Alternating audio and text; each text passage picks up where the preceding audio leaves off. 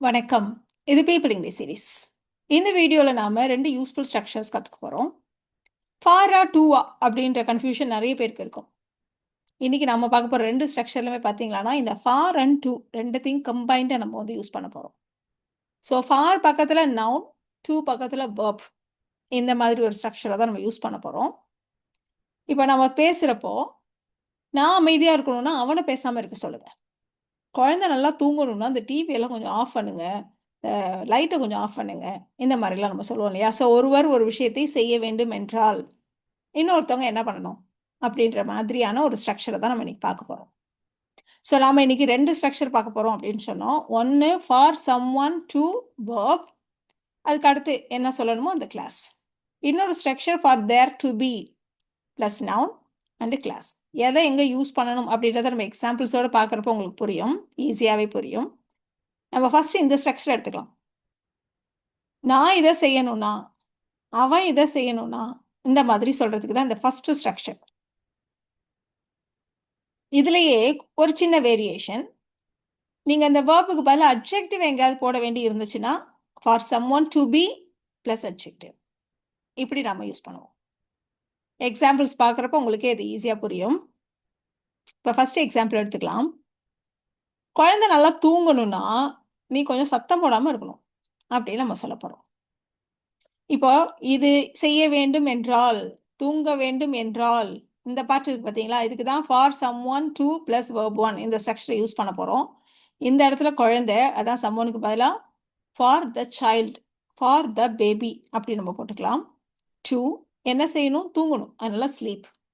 For the baby to sleep சொன்னோம் இல்லையா? For noun to plus verb. For the baby to sleep நீ சத்தம் போடாம இருக்க வேண்டும் அப்படின்னு நம்ம சொல்லணும். ஸோ இதுக்கு தான் இந்த பார்த்தீங்களான்னா, இந்த ஃபுல் வீடியோலயுமே இந்த இடத்துல இப்படி தான் வரும். நீ இப்படி செய்யணும், அவன் இப்படி செய்யணும், இந்த மாரி தான் வரும். அதனால நம்ம ஹேவ் டூ யூஸ் பண்ணுவோம், இல்ல நீட் டூ யூஸ் பண்ணுவோம், மஸ்ட் யூஸ் பண்ணுவோம், ஷுட் கூட கொஞ்சம் சாஃப்ட்டா சொல்றதுக்கு ஷுட் இந்த மாதிரியெல்லாம் நம்ம யூஸ் பண்ண போறோம். இப்ப நீ சத்தம் போடாம இருக்க வேண்டும். You have to stop making noise. You have to keep quiet எப்படி வேணா சொல்லுங்க. ஸோ இந்த இடத்துல have to, need to, you must, you should எப்படி வேணா okay. For the baby to sleep you need to stop making noise. For the baby to sleep you have to stop making noise. அடுத்த example பார்க்கலாமா? அவங்க உன்னை நம்பணும்னா நீ முதல்ல உண்மையை பேசணும். இந்த இடத்துல உன்னை நம்புறது அப்படின்னா நம்ம பொதுவாக பர்சனை நம்புறது அப்படின்னா ட்ரஸ்ட்னு நம்ம சொல்லுவோம். ஒருத்தவங்க பேசுறது சொல்றது அந்த வாய் வார்த்தைகளை நம்புறத நம்ம பிலீவ் வச்சு தான் நம்ம சொல்லுவோம். ஸோ ஒரு பர்சன் அவர் ரொம்ப நல்லவர், அவர் கண்டிப்பா நமக்கு துரோகம் பண்ண மாட்டார், அந்த மாதிரி ஒரு பர்சனை நம்புறதுன்னா ட்ரஸ்ட். அவன் சொல்றது உண்மைதான் அப்படின்னு நம்பணுமானா அது வந்து பிலீவ். ஸோ அந்த இடத்துல நம்ம பிலீவ்ங்கிற வார்த்தையை தான் யூஸ் பண்ண போறோம். ஸோ அவர்கள் உன்னை நம்பணும்னா, ஸோ அவர்கள் தான் சம்ஒன் தட்ல. அப்ப for them to believe you. For them to believe you you must speak the truth. நீ முதல்ல உண்மையை பேசணும், அப்பதானே அவங்க நம்புவாங்க. For them to believe you you must speak the truth. So இந்த இடத்துல மஸ்ட் நம்ம யூஸ் பண்ணியிருக்கோம். You have to speak the truth. You should speak the truth எப்படி வேணா சொல்லுங்க. அடுத்த எக்ஸாம்பிள் எடுத்துக்கலாமா? படம் நல்லா ஓடணும்னா அது கதை நல்லா இருக்கணும் அப்படின்னு நம்ம சொல்லணும். படம் நல்லா ஓடணும்னா for the movie to run well கொஞ்சம் வியர்டா இருக்கு இல்லையா? ஸோ இதை நம்ம எப்படி சொல்றோம் அப்படின்னா, படம் ஹிட் ஆகணும்னா அப்படி சொல்லுவோம். ஸோ 2வது ஒரு ஸ்ட்ரக்சர் சொன்னோம் இல்லையா? For someone to be adjective இல்லை for something to be adjective அப்படி இருந்தாலோ, இல்லைனா அட்ஜெக்டிவ் நம்ம ஆல்ரெடி சொன்னோம். அட்ஜெக்டிவ் இல்லாமல் நவுன் வந்தாலும் இந்த மாதிரி தான் நம்ம for something to be a noun அந்த மாதிரி வந்தாலும் நம்ம இந்த மாதிரி to be plus noun, to be plus adjective அப்படி தான் யூஸ் பண்ணுவோம். அதனால இதை நம்ம for the movie to be a hit, கதை நன்றாக இருக்க வேண்டும். The story has to be good. The story has to be good. பாருங்க குட்னு வந்திருக்கிறதுனால தான் நம்ம பி சேர்த்து ஹேஸ் டு பி குட் அப்படி போட்டிருக்கோம். For the movie to be a hit the story has to be good. அடுத்த எக்ஸாம்பிள், கார் ஓடணும்னா அதில் petrol இருக்கணும். ஏன் கார் நின்றுச்சு? கார் ஓடணும்னா அதில் பெட்ரோல் இருக்கணும். நீ பெட்ரோல் போடல அப்படின்னு நம்ம சொல்ல போகிறோம். அப்போ இந்த இடத்துல ஃபார் சம்திங் டு verb இந்த ஸ்ட்ரக்சரை தான் யூஸ் பண்ண போகிறோம். அப்போ for the car to run, for the car to run, அதில் பெட்ரோல் இருக்கணும். There has to be petrol in it.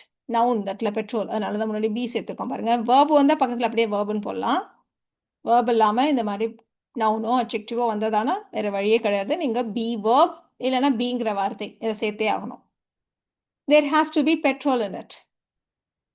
For the car to run, there needs to be petrol in it. There has to be petrol in it. அவளை ஒரு பொண்ணை நம்ம சீக்கிரம் வேலை சீக்கிரம் முடியும் அந்த வேலையை அப்படின்னு நம்ம சொல்கிறோம். நீ சும்மா வேலையை செய்யினா பத்தாது, அவள் வேலையை நேரத்துக்கு முடிக்கணும்னா நீயும் அவளுக்கு ஹெல்ப் பண்ணணும் அப்படி நம்ம சொல்ல போகிறோம். ஸோ அவள் நேரத்துக்கு வேலையை முடிக்கணும் வேண்டும் என்றால் இதான் நம்ம சொல்ல போகிறது. அப்போ for someone to verb ஒன்னு சொல்லியிருக்கோம். ஃபார் சம் ஒன்றது இந்த இடத்துல her. For her to finish the work on time. For her to finish the work on time. நீயும் அவளுக்கு ஹெல்ப் பண்ணணும் அப்படின்னு அர்த்தம். நீ அவளோடு சேர்ந்து வேலை செஞ்சு ஹெல்ப் பண்ணணும். ஸோ கூட வேலை செஞ்சு ஹெல்ப் பண்ணுறதுக்கு நம்ம வந்து ஹெல்ப் அவுட் அப்படின்ற ஃப்ரேசல் வச்சு சொல்லுவோம். அதை வந்து பிரிக்கலாம். ஸோ யாருக்கு ஹெல்ப் பண்ணணும்? அவளுக்கு. அதனால தான் ஹெல்ப் ஹர் அவுட் அப்படி பிரித்து சொல்லியிருக்கோம். You should help her out. நீ அவளோட சேர்ந்து செஞ்சு அவளுக்கு ஹெல்ப் பண்ணு. For her to finish on time, for her to finish the work on time, you should help her out too. You should help her out too. நீயும் அப்படின்னு வர்றதுனால ஒரு டூவை சேர்த்துட்டு இருக்கோம். For her to finish on time, you should help her out too. For her to finish the work on time, you should help her out too.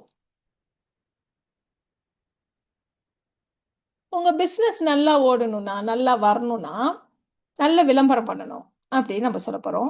So உங்கள் business நல்லா போகணுன்னா, நல்லா பண்ணணும்னா அந்த மாதிரி சொல்கிறதுக்கு.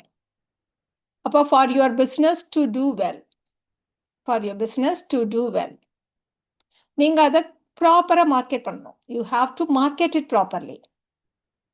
You have to market it properly. You need to market it properly. You must market it properly. But must வந்து இந்த இடத்துல நம்ம வந்து அட்வைஸ் மாதிரி தானே சொல்லுவோம், அதனால ஷுட் யூஸ் பண்ணலாம். For your business to do well, you need to market it properly. இப்போ நம்ம அந்த செகண்ட் ஸ்ட்ரக்சர் பார்க்க போகிறோம். for there to be noun, பக்கத்தில் ஒரு கிளாஸ். இந்த ஸ்ட்ரக்சர் வந்து ஸ்பெசிஃபிக்காக இந்த மாதிரி நவுன் வர இடங்கள்ல. இப்போ இது வரைக்கும் நம்ம பார்த்த எக்ஸாம்பிள் எல்லாத்துலேயுமே யார் என்ன செய்யணும் அப்படின்னு நம்ம சொல்லிகிட்டே இருந்தோம். பட் இந்த இடத்துல பொதுவாக சொல்ல போகிறோம். சக்ஸஸ் இருக்கணும்னா, அமைதி இருக்கணும்னா, இந்த மாதிரி சொல்கிறதுக்கு. இப்போ எக்ஸாம்பிள் பார்த்தா உங்களுக்கு ஈஸியாக இருக்கும். வெற்றி கிடைக்கணும்னா, சக்ஸஸ்னு ஒன்று இருக்கணும்னா பொதுவாக சொல்கிறோம் இல்லையா? நீ அதுக்காக உழைக்கணும் அப்படின்னு நம்ம சொல்ல போகிறோம். ஸோ அந்த இடத்துல எக்ஸிஸ்டன்ஸ், ஒரு விஷயம் இருக்கணும்னா அந்த மாதிரி சொல்கிறதுக்காக தான் for there to be plus noun இப்படி நம்ம யூஸ் பண்ண போகிறோம்.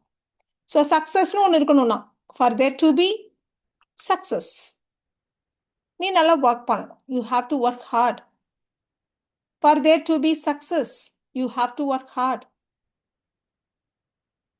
இப்போ அதே மாதிரி ஒரு பார்ட்டி, ஒரு ஃபங்க்ஷன் ஏதோ ஒன்று இருக்குது, ஒரு கேம் நடத்தலாம் அப்படின்னு டிசைட் பண்ணுறீங்க. 1-2 பேர் மட்டும்தான் பார்ட்டிசிபேட் பண்ணுறாங்க, மற்றவங்களாம் வரல. அப்போ நம்ம என்ன சொல்லணும்? நல்லா ஃபன்னாக இருக்கணும்னா எல்லாரும் பார்ட்டிசிபேட் பண்ணணும் அப்படி நம்ம சொல்லுவோம் இல்லையா? ஸோ ஃபன்னாக இருக்கணும்னா for there to be fun, எல்லாரும் பார்ட்டிசிபேட் பண்ணணும். Everyone must participate. For there to be fun, everyone must participate. எவ்வளோ சிம்பிள் இல்லை? இந்த எக்ஸாம்பிள் கூட பாருங்க. ஏன் இருட்டாக இருக்குது அப்படின்னு கேட்குறாங்க. வெளிச்சமாக இருக்குன்னா யாராவது சுவிட்சை ஆன் பண்ணணும்ல, விளக்கு எரியணும்னா யாராவது சுவிட்சை ஆன் பண்ணணும்ல, எல்லாரும் அப்படியே உட்காந்துருக்காங்க, எப்படி சொல்லப்போம்? ஸோ விளக்கு எரியணும்னா அதுக்கு முன்னாடி இதை நாம் வெளிச்சமாக இருக்கணும்னா அப்படி வச்சு தான் இதை ஜென்ரலாக சொல்லுவாங்க. நேச்சுரலாக சொல்கிறது அப்படின்னா for there to be light, someone has to switch it on. For there to be light, someone has to switch it on. எப்படி சொல்லுவோம்? இல்லை எனக்கு இதே மாதிரி இருக்கணும் அப்படின்னா நம்ம இப்படி கூட சொல்லலாம். இப்படி நம்ம சொல்கிறப்போ இது வந்து ஒரு verb ஆயிடுது. அப்போது for the light to glow, first structure for someone or something to verb, இந்த ஸ்ட்ரக்சர் வந்துடும். அப்போ for the light to glow, விளக்கு எரியணும்னா someone has to switch it on. வெளிச்சமாக இருக்கணும், லைட் வெளிச்சம் இருக்கணும் அப்படின்னா யாராவது அதை ஆன் பண்ணணும் அப்படி சொல்கிறதா இருந்தால் for there to be light, someone has to switch it on அப்படின்னு சொல்லலாம். சாப்பாடு இல்லையா அப்படின்னு கேட்குறாங்க. சாப்பாடுன்னு ஒன்று இருக்கணும்னா யாராவது சமைக்கணும்ல, இதான் நம்ம சொல்ல போகிறது. ஸோ சாப்பாடு இருக்கணும்னா for there to be food, அவ்வளோதான். For there to be food someone has to cook. For there to be food someone has to cook. இந்த மாதிரி நீங்கள் ஏகப்பட்ட சென்டென்சஸ் ட்ரை பண்ணலாம் இல்லையா? இப்போ இதை ட்ரை பண்ணலாம். ஒரு சொல்யூஷன் ஒன்று கிடைக்கணும்னா நம்ம எல்லாரும் சேர்ந்து யோசிக்கணும், நம்ம எல்லாரும் சேர்ந்து டிஸ்கஸ் பண்ணணும். இந்த மாதிரி நம்ம எப்படி வேணா சொல்லுங்க. ஸோ ஒரு தீர்வு கிடைக்கணும்னா for there to be a solution, for there to be a solution, solution ஒன்று இருக்கணும்னா நம்ம எல்லாம் சேர்ந்து திங்க் பண்ணணும். we all need to think together. for there to be a solution we all need to think together. So நாம ரெண்டு structure பார்த்தோம். ஒரு ஸ்ட்ரக்சர் இவர் இதை செய்யணும்னா, இவங்க இப்படி இருக்கணும்னா, இதுக்கு ஃபர்ஸ்ட் ஸ்ட்ரக்சர். ஜென்ரலாக சொல்யூஷன் ஒன்று இருக்கணும்னா, அமைதின்னு ஒன்று இருக்கணும்னா, சக்ஸஸ்னு ஒன்று இருக்கணும்னா, சாப்பாடுன்னு இருக்கணும்னா, இந்த மாதிரி ஜென்ரலாக சொல்கிறதா இருந்தால், நவுன்னு வச்சு சொல்கிறதா இருந்தால் இந்த செகண்ட் ஸ்ட்ரக்சர். இந்த ரெண்டு ஸ்ட்ரக்சரை யூஸ் பண்ணி இந்த சென்டென்சஸை நீங்கள் ட்ரை பண்ணுங்கள். ரூம் நல்லா க்ளீனாக இருக்கணும்னா யாராவது அதை சுத்தம் பண்ணணும். மாற்றம்னு ஒன்று வரணும்னா யாராவது ஃபஸ்ட்டு ஸ்டெப் அதுக்காக எடுத்து வைக்கணும். நான் சாப்பிட்ணுன்னா நீ நல்லா சமைக்கணும், நான் நல்லா சாப்பிட்ணுன்னா நீ நல்லா சமைக்கணும். வானவில் வரணும்னா மழை வெயில் ரெண்டுமே இருக்கணும். ஸோ இதெல்லாம் தான் நீங்கள் ட்ரை பண்ண வேண்டிய சென்டென்சஸ். ஸோ ரொம்ப சிம்பிள் தான், ட்ரை பண்ணி பாருங்கள். வீடியோ பாஸ் பண்ணிவிட்டு ட்ரை பண்ணுங்கள். உங்களுக்கான ஆன்சர்ஸை நீங்கள் நெக்ஸ்ட் ஸ்லைட்லேயே செக் பண்ணிக்கலாம்.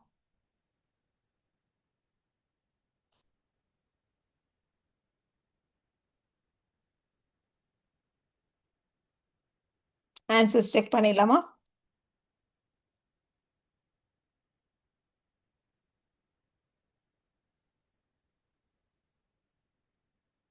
ஸோ இந்த வீடியோவில் நாம் ரெண்டு ஸ்ட்ரக்சர் பார்த்தோம். ஃபார் டூ பேஸ் பண்ணி வர 2 ஸ்ட்ரக்சர்ஸ் பார்த்தோம்.